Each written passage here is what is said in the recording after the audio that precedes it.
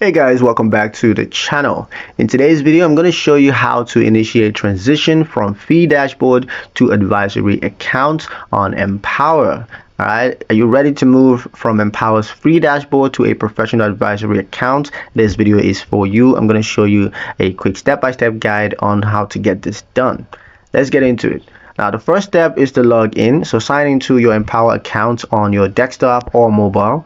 Next is to navigate to wealth management. So click your profile icon and then select wealth management, or you can just tap the advisory service option if you see it. Next is to review advisory requirements. Now make sure you meet the minimum eligibility. Typically you need $100,000 in investable assets. Next is to schedule your call. Just click schedule a call to connect with a financial advisor. Pick a time that works best for you.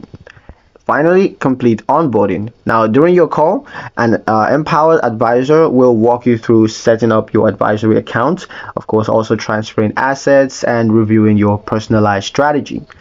And that's pretty much it on the video, guys. Hope you liked it. Hope you found the information here useful enough. If you did, like, share, and subscribe for more helpful tutorials. Thank you guys for watching, and I'll see you in the next one.